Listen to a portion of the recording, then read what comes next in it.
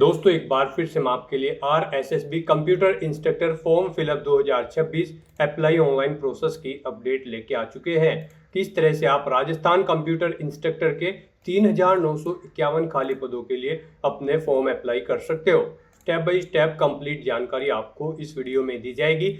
Last date की update है, अंतिम मौका है, केवल 4 दिन शेष रह गए हैं। आप 23 जून 2026 तक अपना फॉर्म अप्लाई कर सकते हो। अंतिम समय का वेट न करें, आज ही से अपना फॉर्म अप्लाई कर ले। आखिरी समय में कोई भी प्रॉब्लम आपके सामने आ सकती है, तो आप अभी से अपना फॉर्म अप्लाई कर ले। अंतिम समय में फॉर्म भरते समय अगर आपके सामने कोई भी टेक्निकल प्रॉब्लम आ रही है तो उसका हल भी आपको इस वीडियो में मिल जाएगा। आखिरी समय में फॉर्म अप्लाई करते समय आपको कोई भी ऐसी गलती या फिर मिस्टेक नहीं करनी होगी जिसको करने से आपका फॉर्म भी रिजेक्ट हो सकता है। फॉर्म अप्लाई करते समय आपको कुछ महत्वपूर्ण बातों को ध्यान में रखना होगा, तभी अंतिम समय में आपका फॉर्म सक्सेसफुली सबमिट हो पाएगा। आवेदन करते समय आप अपना रजिस्ट्रेशन कैसे करोगे, किस तरह से आपको पर्सनल डिटेल, क्वालिफिकेशन डिटेल या फिर अदर डिटेल फिल करनी होगी, डॉक्यूमेंट, सिग्नेचर, फोटोग्राफ कैसे और कितने केबी में आप अपलोड करोगे, किस तरह से फीस पेमेंट करते हुए रजिस्ट्रेशन से लेकर प्रिंट तक आप अपना फॉर्म अप्लाई करोगे। पूरी जानकारी के लिए आपको ये वीडियो शुरू से लेके एंड तक बिना स्किप किए हुए देखनी होगी। इस वीडियो को पूरा देखने पर ही आपके सभी सवाल और डाउट क्लियर होंगे। तो चलिए दोस्तों, बिना कोई वक्त गंवाए शुरू करते हैं Rajasthan computer instructor form fill up की पूरी जानकारी। फॉर्म भरने से पहले आपको सबसे पहले हमारी वेबसाइट IND सरकारी नौकरी के इस पेज पर विजिट करना होगा, जिसका लिंक आपको नीचे description plus first comment box में मिल जाएगा। और हमारे इस पेज पर विजिट करके आप यहां से राजस्थान कंप्यूटर इंस्ट्रक्टर का फॉर्म अप्लाई कर सकते हो। Rajasthan staff selection board RSSB की ओर से basic computer instructor, senior computer instructor के लिए 3951 वैकेंसीज निकाली गई है, जिसके लिए लास्ट डेट ऑनलाइन आवेदन करने की 23 जून 2026 है। लास्ट डेट की अपडेट है, अंतिम मौका है, केवल 4 ही दिन शेष रह गए हैं। क्वालिफिकेशन की अगर बात की जाए तो बैचलर डिग्री, मास्टर डिग्री से आप अप्लाई कर सकते हो। 18 से 40 वर्ष आयु सीमा रहेगी। जनरल OBC के लिए 600, OBC NCL SC/ST के लिए 400 रुपये फीस है, जो कि आप ऑनलाइन मोड से पेमेंट कर सकते हो। रिटर्न टेस्ट के आधार पर आपका सिलेक्शन होगा, ऑनलाइन अप्लाई कर सकते हो। राजस्थान जॉब लोकेशन है sso.rajasthan.gov.in इसकी ऑफिशियल वेबसाइट है, जिससे आप फॉर्म अप्लाई कर सकते हो। इंपोर्टेंट लिंक सेक्शन के अंतर्गत ऑफिशियल नोटिफिकेशन PDF लिंक पर क्लिक करके आप इसकी PDF डाउनलोड कर सकते हो। जैसे कि यहाँ पर आपको सबसे पहले कैटेगरी वाइज वैकेंसीज दे दी गई है। साथ ही साथ आवेदन करने के लिए, ऑनलाइन आवेदन करने के लिए आपको कुछ जनरल इंस्ट्रक्शंस दिए गए हैं, किस प्रकार से रजिस्ट्रेशन करोगे, फीस पेमेंट कैसे करना होगा। यहाँ पर आपको कैटेगरी वाइज भी, पोस्ट वाइज वैकेंसीज की कंप्लीट डिटेल प्रोवाइड करा दी गई है। साथ ही साथ एग्जामिनेशन पैटर्न, सिलेबस आपको डिटेल में दे दिया गया है। कंप्लीटली आप यहाँ से पूरा सिलेबस भी टॉपिक वाइज चेकआउट कर सकते हो। तो फॉर्म अप्लाई करने से पहले आपको नोटिफिकेशन की PDF पूरा पढ़ना अनिवार्य है। इसको पूरा पढ़ने से ही आपके सभी सवाल और डाउट क्लियर होंगे। PDF रीड आउट करने के बाद में आपको अप्लाई ऑनलाइन के इस लिंक पर क्लिक करना होगा, तो आपके सामने ऑनलाइन आवेदन करने का ये ऑफिशियल पोर्टल ओपन हो जाएगा। गाइड, यहाँ पर अगर आपने पहले से रजिस्ट्रेशन कर रखा है तो आपको यहाँ पर अपनी SSO ID या फिर यूजर नेम एंटर करना है, अपना पासवर्ड आपको एंटर करना है, ये कैप्चा कोड आपको यहाँ पर एंटर करना है, और उसके बाद फिर आपको यहाँ पर लॉगिन की स्टेप पर क्लिक करते हुए लॉगिन करके अपना फॉर्म अप्लाई कर लेना है। और अगर आप इस भर्ती के लिए फर्स्ट टाइम अप्लाई करने जा रहे हो तो सबसे पहले यहाँ पर आपको अपना रजिस्ट्रेशन करना होगा। उसके लिए आपको यहाँ पर रजिस्ट्रेशन की टैब दी गई है, आप इस पर क्लिक करें और अपनी बेसिक इन्फॉर्मेशन प्रोवाइड करते हुए यहाँ पर आप अपना रजिस्ट्रेशन कर ले। गाइड, यहाँ पर आप राजस्थान सिंगल साइन ऑन के पोर्टल पर कैसे अपना वन टाइम रजिस्ट्रेशन करोगे, इसके लिए आपको इस वीडियो के डिस्क्रिप्शन बॉक्स में हमारी दूसरी वीडियो का लिंक दिया गया है, जिस पर आपको स्टेप बाय स्टेप समझाया गया है कि कैसे आप राजस्थान सिंगल साइन ऑन के पोर्टल पर अपना OTR कर सकते हो। तो आप उस वीडियो को ओपन कर ले, उसमें से रजिस्ट्रेशन का कंप्लीट प्रोसेस चेकआउट कर ले और अपना रजिस्ट्रेशन करने के बाद फिर आप यहाँ पर लॉगिन करें। लॉगिन करने के लिए आप अपनी SSO ID और यूजर नेम एंटर करेंगे, जो आपको रजिस्ट्रेशन के बाद प्रोवाइड कराया जाएगा। अपना पासवर्ड एंटर करेंगे, एक कैप्चा कोड यहाँ पर एंटर करेंगे और लॉगिन की स्टेप पर क्लिक करते हुए आप अपने डैशबोर्ड में लॉगिन करेंगे। लॉगिन करने के बाद आपके सामने कुछ इस तरह से इंटरफेस ओपन होगा। अब यहाँ पर आने के बाद आपको रिक्रूटमेंट पोर्टल के इस ऑप्शन पर क्लिक करना है, फिर आपके सामने आपका डैशबोर्ड कुछ इस तरह से शो होगा। अब यहाँ पर आने के बाद गाइड आपको ऑन गोइंग रिक्रूटमेंट सेक्शन में आना है और इसमें आपको senior and basic computer instructor combined direct recruitment 2026 RSSB के इस सेक्शन में आना है। और यहाँ पर आने के बाद फिर आपको अप्लाई नाउ के इस टैब पर क्लिक करना है इस भर्ती पर अप्लाई करने के लिए। फिर आपके सामने कुछ इस तरह से इंटरफेस ओपन होगा। अब गाइस यहाँ पर आप सीनियर कंप्यूटर इंस्ट्रक्टर या फिर बेसिक कंप्यूटर इंस्ट्रक्टर जिस भी पोस्ट के लिए अप्लाई करना चाहते हैं उस पर आप क्लिक करें और उसके बाद यहाँ पर आपके सामने कुछ इस तरह से इंटरफेस ओपन हो जाएगा। यहाँ पर आपका एप्लीकेशन फॉर्म स्टार्ट हो चुका है। कुछ चीज़ें यहाँ पर आपको ऑटोमेटिकली फिल मिल गई है जो आपके रजिस्ट्रेशन टाइम पे आपने प्रोवाइड कराई थी, वो यहाँ पर आपको कुछ चीज़ें ऑटोमेटिकली फिल मिल गई है। अब यहाँ पर आने के बाद बस आपको अपनी माता का नाम यहाँ पर एंटर करना है। फिर यहाँ पर आपको अपनी श्रेणी सेलेक्ट कर लेनी है, आप किस श्रेणी से बिलोंग करते हैं। राजस्थान स्टेट से अलग कैंडिडेट अगर अप्लाई करते हैं तो केवल जनरल कैटेगरी कैंडिडेट अप्लाई कर सकते हैं। फिर यहाँ पर अगर आप विशेष दिव्यांगजन श्रेणी के अंतर्गत आते हैं तो यहाँ पर आप ऑप्शन सिलेक्ट करें किस दिव्यांगजन श्रेणी के अंतर्गत आप आते हैं। नहीं आते हैं तो यहाँ पर आप नॉट एप्लीकेबल ऑप्शन सिलेक्ट कर लें। उसके बाद यहाँ पर आपको उप विशेष दिव्यांगजन श्रेणी सिलेक्ट करनी है अगर आप दिव्यांगजन श्रेणी के अंतर्गत आते हो। उसके बाद यहाँ पर आपको अपनी श्रेणी का प्रमाण पत्र संख्या देनी होगी और फिर आपको बताना होगा कि क्या आपको स्रोत लेखक की आवश्यकता है। अगर है तो यहाँ पर आप स्वयं उसकी प्रबंध करेंगे या फिर विभाग को उसका प्रबंध करना है, यहाँ पर आपको ऑप्शन मिल जाएगा। और गाइस अगर आप यहाँ पर विशेष दिव्यांगजन श्रेणी के अंतर्गत नहीं आते हो तो फिर आगे के ये ऑप्शन आपको यहाँ पर डिसेबल्ड कर दिए जाएंगे। उसके बाद यहाँ पर आपको अपना रिलीजन सेलेक्ट करना है, अपनी वैवाहिक स्थिति मैरिटल स्टेटस आपको बताना है, आप मैरिड हो या फिर अनमैरिड हो या फिर डाइवोर्स हो, आप अपने अकॉर्डिंग ऑप्शन सेलेक्ट करें। उसके बाद यहाँ पर अगर आप मैरिड हो तो यहाँ पर आपको अपने जीवित बालक की संख्या देनी है और आपको यहाँ पर आपका मोबाइल नंबर ऑटोमेटिकली फिर मिल जाएगा। अपना व्हाट्सएप मोबाइल नंबर देना चाहते हैं तो वो यहाँ पर आप दे सकते हैं। आपके पास जन आधार आईडी है तो वो आप यहाँ पर एंटर कर सकते हैं, नहीं है तो इस कॉलम को आप खाली छोड़ दें। गाइस यहाँ पर जिन कॉलम के सामने रेड कलर का स्टार बना हुआ है उनमें आपको डिटेल्स देनी मस्ट है और जिनमें नहीं बना हुआ है वो ऑप्शनल है, आप उनकी डिटेल चाहे तो दें चाहे या फिर न दें। यहाँ पर आप अपनी पोस्ट सेलेक्ट करें जिसके लिए आप अप्लाई करना चाहते हो। उसके बाद यहाँ पर आपको अपना कोरोस्पोंडेंस एड्रेस एंटर करना है। कोरोस्पोंडेंस एड्रेस में आपको अपना स्टेट चुनना है, अपना डिस्ट्रिक्ट चुनना है, शहर या फिर गांव का नाम देना है, अपना पिन कोड देना है, अपना फ़ोन नंबर देना है, ये ऑप्शनल है। इस तरह से अपनी डिटेल्स फिल करने के बाद अब गाइस यहाँ पर आपको नेक्स्ट के इस ऑप्शन पर क्लिक कर देना है। फिर आपसे पूछा गया है जो मोबाइल नंबर और ईमेल आईडी आपने दी है क्या वो करेक्ट है।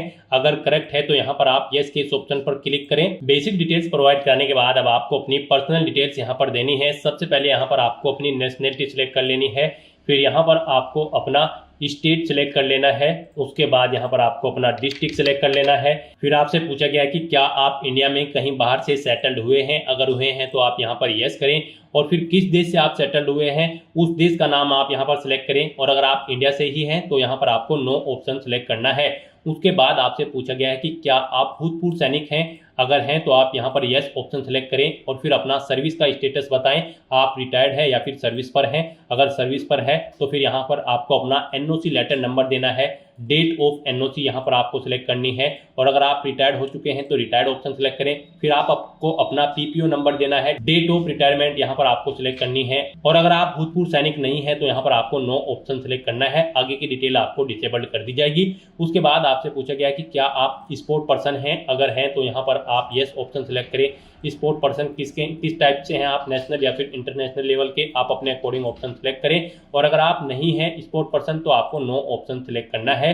फिर यहाँ पर आपसे पूछा गया कि क्या आप मौजूदा सरकारी विभाग या फिर सार्वजनिक उपक्रम कर्मचारी हैं, अगर हैं तो आप यहाँ पर यस करें और फिर यहाँ पर डिपार्टमेंट का नाम एंटर करें, नहीं है तो आप नो ऑप्शन सेलेक्ट कर लें। उसके बाद आपसे पूछा गया कि क्या आप एज में एडिशनल इलेक्शन चाहते हैं, अगर यहाँ पर एडिशनल इलेक्शन एक्स प्रिजनर यानी कि जेलर को मिलेगा, एनसीसी कैडेट इंस्ट्रक्टर को मिलेगा, आर्मी कैंडिडेट को मिलेगा।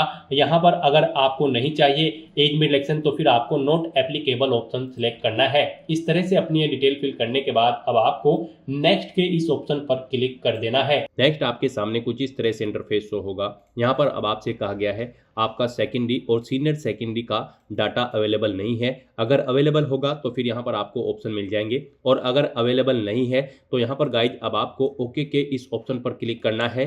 नेक्स्ट आपके सामने कुछ इस तरह से इंटरफेस शो होगा। गाइस यहाँ पर अब आपको अपनी डॉक्यूमेंट डिटेल्स प्रोवाइड करनी है। यहाँ पर अब आपके एसएसओ के जो पोर्टल से फॉर्म भरे जा रहे हैं उनमें अब आपको अपनी डॉक्यूमेंट डिटेल्स अपडेट करनी होगी। उसके बाद यहाँ पर आप फॉर्म भर पाएंगे। यहाँ पर अब आपको अपनी डॉक्यूमेंट डिटेल अपडेट करने के लिए सबसे पहले अपना नाम एंटर करना होगा। जैसे ही आप इस बॉक्स में अपना कर्सर लाएंगे यहाँ पर आपको कीबोर्ड शो हो जाएगा। आपको हिंदी में अपना नाम एंटर करना होगा, अपने फादर का नाम एंटर करना होगा, अपनी मदर का नाम एंटर करना होगा और उसके बाद गाइज आपको यहाँ पर अपडेट के इस ऑप्शन पर क्लिक करके अपनी डिटेल यहाँ पर अपडेट कर देनी होगी। तो जैसे ही आप यहाँ पर कैंडिडेट नेम के इस ऑप्शन पर क्लिक करेंगे तो आपके सामने कुछ इस तरह से कीबोर्ड शो हो जाएगा। अब आपको इस कीबोर्ड में से कैरेक्टर को सिलेक्ट करते हुए अपना नाम यहाँ पर टाइप करना है, अपने फादर का नाम ऐसे ही टाइप करना है, फिर मदर का नाम टाइप करना है और अपडेट के ऑप्शन पर क्लिक करते हुए अपनी डिटेल यहाँ पर आपको अपडेट करनी होगी। अपडेट के ऑप्शन पर क्लिक करने के बाद आपके सामने आपका नाम यहाँ पर आपको इंग्लिश और हिंदी में शो कर दिया जाएगा। आपको इसे केयरफुली चेकआउट करना है कि इनमें स्पेलिंग वगैरह सब सही है और उसके बाद गाइज आपको यहाँ पर कन्फर्म एंड सेव के इस ऑप्शन पर क्लिक करना है। फिर आपके सामने कुछ इस तरह से इंटरफेस ओपन होगा। अब यहाँ पर आपको डिजी लॉकर इंटीग्रेशन रिकमेंडेड का ऑप्शन मिलेगा। गाइड यहाँ पर अब आपको अपनी क्वालिफिकेशन की सभी डिटेल्स यहाँ पर डिजी लॉकर से फैच करनी होगी या फिर आपको मैन्युअली यहाँ पर अपनी क्वालिफिकेशन के सभी डॉक्यूमेंट आपको अपलोड करने होंगे, जैसे कि 10वीं 12वीं ग्रेजुएशन पोस्ट ग्रेजुएशन आपकी जो भी हायर क्वालिफिकेशन है उस तक की सभी डिटेल्स के दस्तावेज यहाँ पर आपको अपलोड करने होंगे, उनकी डिटेल आपको प्रोवाइड करनी होगी। अब आप आगे क्वालिफिकेशन जब भरी जाती है उसमें क्वालिफिकेशन की डिटेल नहीं भरोगे, यहाँ पर आप जो डिटेल प्रोवाइड कराएंगे अपनी क्वालिफिकेशन की उसी से आपके डॉक्यूमेंट फैच करके आपकी क्वालिफिकेशन आपको आगे ऑटोमेटिकली मिल जाएगी। तो यहाँ पर अब आपको अपनी क्वालिफिकेशन के सभी डॉक्यूमेंट दस्तावेज की डिटेल देनी है और उन्हें यहाँ पर आपको अपलोड करना है। यहाँ पर आपके पास इन्हें अपलोड करने के लिए दो ऑप्शन है। आप डिजी लॉकर के माध्यम से यहाँ पर अपने डॉक्यूमेंट्स प्रोवाइड कर सकते हैं या फिर आप मैन्युअली यहाँ पर उन्हें अपलोड कर सकते हैं, उनकी डिटेल प्रोवाइड कर सकते हैं। मान लीजिए अगर आप यहाँ पर डिजी लॉकर के थ्रू अपनी डॉक्यूमेंट्स यहाँ पर फैच करना चाहते हैं तो उसके लिए आपको इस चेकबॉक्स को ओके करना है और गाइज फिर आपको यहाँ पर सबमिट के इस ऑप्शन पर क्लिक करना है। गाइड डिजी लॉकर के थ्रू अगर आप अपने डॉक्यूमेंट्स की डिटेल यहाँ पर प्रोवाइड कराना चाहते हैं तो आप ग्रांट डिजी लॉकर एक्सेस इस ऑप्शन पर क्लिक करेंगे। फिर आपके सामने यहाँ पर डिजी लॉकर का ऑप्शन ओपन होगा, आपको डिजी लॉकर पर सबमिट कर दिया जाएगा। वहाँ पर आप अपना लॉगिन करके या फिर अकाउंट क्रिएट करके और अपने डॉक्यूमेंट्स वहाँ पर अपलोड करके आप यहाँ पर उन्हें अलाउ करेंगे और डिजी लॉकर से आपके सभी डॉक्यूमेंट्स यहाँ पर फैच करके डिटेल आपकी प्रोवाइड कर दी जाएगी। अगर मान लीजिए आप डिजी लॉकर के थ्रू अपनी डिटेल नहीं देना चाहते हैं, आप मैन्युअली यहाँ पर अपने डॉक्यूमेंट्स की डिटेल देना चाहते हैं तो फिर यहाँ पर आपको कैंसिल के इस ऑप्शन पर अब क्लिक करना है। गाइस यहाँ पर अगर आप अपने डॉक्यूमेंट मैन्युअली ऐड करना चाहते हैं तो कैंसिल के ऑप्शन पर क्लिक करके आपके सामने कुछ इस तरह से इंटरफेस शो होगा। अब यहाँ पर आपको नोट अपलोडेड के इस ऑप्शन पर क्लिक करना है डॉक्यूमेंट वैलिडेशन सेक्शन में और उसके बाद गाइस आपको ऐड एजुकेशनल डॉक्यूमेंट्स आपको इस ऑप्शन पर क्लिक करना है। तो यहाँ पर अब आप अपनी एजुकेशनल क्वालिफिकेशन की डिटेल देंगे। मान लीजिए आप 10th की डिटेल प्रोवाइड करना चाहते हैं तो यहाँ पर 10th ऑप्शन सेलेक्ट करेंगे, क्वालिफिकेशन का लेवल से सिलेक्ट करेंगे, क्वालिफिकेशन की डिटेल देंगे, बोर्ड या यूनिवर्सिटी का नाम देंगे और फिर यहाँ पर आपको ग्रुप सेलेक्ट करना होगा जिस ग्रुप के अंतर्गत आपने अपनी 10वीं क्लास पास आउट की है। उसके बाद यहाँ पर आपको अपनी सब्जेक्ट की डिटेल देनी होगी। उसके बाद यहाँ पर आपको टाइप ऑफ एग्जाम सेलेक्ट करना है। फिर यहाँ पर गाइड आपको अपने रिजल्ट की डिटेल देनी है। आपका रिजल्ट परसेंटेज में था, सीजीपीए में या फिर ग्रेड में या फिर पास या फिर फेल, आप अपने अकॉर्डिंग ऑप्शन सेलेक्ट करेंगे। परसेंटेज में अगर था तो यहाँ पर आप अपना रोल नंबर एंटर करेंगे, अपना इनरोलमेंट नंबर आप एंटर करेंगे, पासिंग ईयर सेलेक्ट करेंगे और यहाँ पर आपको मैक्सिमम मार्क्स देने हैं। फिर उनमें से कितने ऑब्टेन किए हैं वो यहाँ पर आपको देने हैं। इनके अकॉर्डिंग यहाँ पर आपकी परसेंटेज आपको शो कर दी जाएगी। नंबर ऑफ अटैम्प्ट्स में यहाँ पर आपको बताना है कितनी बार में आपने यहाँ पर अपना 10वीं क्लास पास आउट की है। फिर यहाँ पर आपको अपनी मार्कशीट अपलोड करनी है। आपको चूज फाइल के ऑप्शन पर क्लिक करना है, फाइल को सिलेक्ट कर लेना है और पीडीएफ फॉर्मेट में 400 केबी से कम साइज की फाइल यहाँ पर आपको अपनी मार्कशीट की अपलोड कर देनी है। उसके बाद आपके पास जो सर्टिफिकेट है 10वीं क्लास का वो भी आपको चूज फाइल के ऑप्शन पर क्लिक करके 400 केबी से कम पीडीएफ फॉर्मेट में यहाँ पर अपलोड कर देना है और उसके बाद आपको यहाँ पर सेव मैन्युअली के इस ऑप्शन पर क्लिक करके अपनी डिटेल यहाँ पर सेव कर देनी है। इस तरह से यहाँ पर आप अपनी 10वीं क्लास की डिटेल सेव कर सकते हो। ऐसे ही यहाँ पर आप अपनी 12वीं क्लास की, ग्रेजुएशन की, पोस्ट ग्रेजुएशन की या फिर आपके पास जो भी सर्टिफिकेट है या फिर डिप्लोमा है उसकी उसकी डिटेल यहाँ पर आपको ऐड कर देनी है। गाइस यहाँ पर आप जिस भी पोस्ट के लिए अप्लाई कर रहे हैं उस पोस्ट के लिए जो रिक्वायर्ड क्वालिफिकेशन है वो सभी यहाँ पर आपको 1 बाय 1 करके ऐड कर देनी है। इस तरह से यहाँ पर आपको अपनी एजुकेशनल क्वालिफिकेशन की डिटेल देनी है और अपने एजुकेशनल क्वालिफिकेशन के डॉक्यूमेंट्स यहाँ पर आपको अपलोड कर देने हैं 1 बाय 1 करके।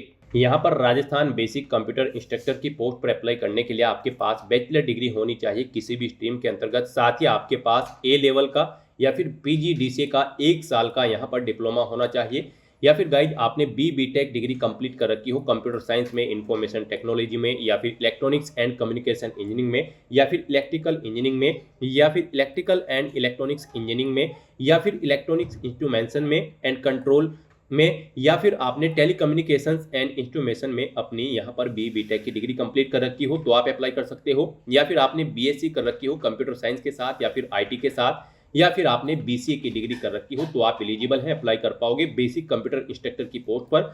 और अगर आप सीनियर कंप्यूटर इंस्ट्रक्टर की पोस्ट पर अप्लाई करना चाह रहे हैं तो फिर यहाँ पर आपके पास मास्टर डिग्री होनी चाहिए कंप्यूटर साइंस में, या फिर इंफॉर्मेशन टेक्नोलॉजी में, या फिर इलेक्ट्रॉनिक्स एंड कम्युनिकेशन इंजीनियरिंग में, या फिर EE ब्रांच में, या फिर EEE ब्रांच में, या फिर ET ब्रांच में, या फिर EIE ब्रांच में। तो यहाँ से आप चेकआउट कर सकते हो। इन ब्रांच के अंतर्गत आपके पास मास्टर डिग्री होनी चाहिए या फिर इसके इक्विवेलेंट या फिर हायर क्वालिफिकेशन आपकी इससे होनी चाहिए, तो आप एलिजिबल होंगे, अप्लाई कर पाओगे सीनियर कंप्यूटर इंस्ट्रक्टर की पोस्ट पर। नेक्स्ट यहाँ पर आपको अपनी क्वालिफिकेशन और एक्सपीरियंस की डिटेल प्रोवाइड करनी है। गाइज आपने डॉक्यूमेंट डिटेल प्रोवाइड करते हुए अपनी क्वालिफिकेशन की डिटेल प्रोवाइड कराई थी, जो आपकी क्वालिफिकेशन है सभी क्वालिफिकेशन की डिटेल आपने उसमें प्रोवाइड कराई होगी।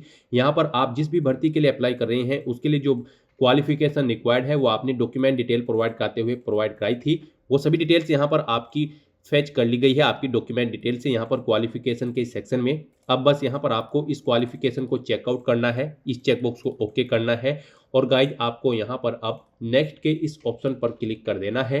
नेक्स्ट यहाँ पर आपको आपका फोटो और सिग्नेचर ऑलरेडी अपलोडेड मिलेंगे जो आपके OTR से फेच कर लिए गए हैं। OTR करते समय आपने अपना फोटो और सिग्नेचर जो अपलोड किए थे वो यहाँ पर आपको ऑलरेडी फेच करके शो कर दिए गए हैं। बस गाइज यहाँ पर अब आपको केवल नेक्स्ट के इस ऑप्शन पर क्लिक करना है।